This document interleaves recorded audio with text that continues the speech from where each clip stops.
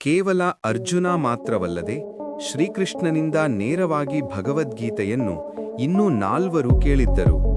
ಅವರು ವೇದವ್ಯಾಸ, ಸಂಜಯ, ಹನುಮಂತ ಮತ್ತು ಬಾರ್ಬರಿಕ. ಅವರು ಎಷ್ಟು ಅದೃಷ್ಟವಂತರು ಅಲ್ಲವೇ?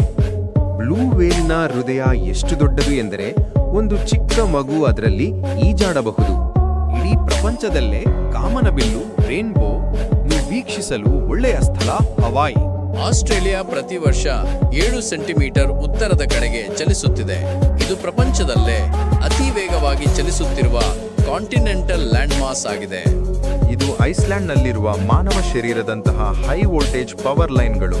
WWE ಪಂದ್ಯದಲ್ಲಿ ಯಾರು ಗೆಲ್ತಾರೆ ಎಂಬುದು ಮೊದಲೇ ನಿರ್ಧಾರವಾಗುತ್ತದೆ. ಆದರೆ ಪಂದ್ಯದಲ್ಲಿ ನಡೆಯುವ ಹೋರಾಟವು ನಿಜವಾಗಿರುತ್ತದೆ. WWEನಲ್ಲಿ ನಿಮ್ಮ ನೆಚ್ಚಿನ ರೆಸ್ಲರ್ ಯಾರು?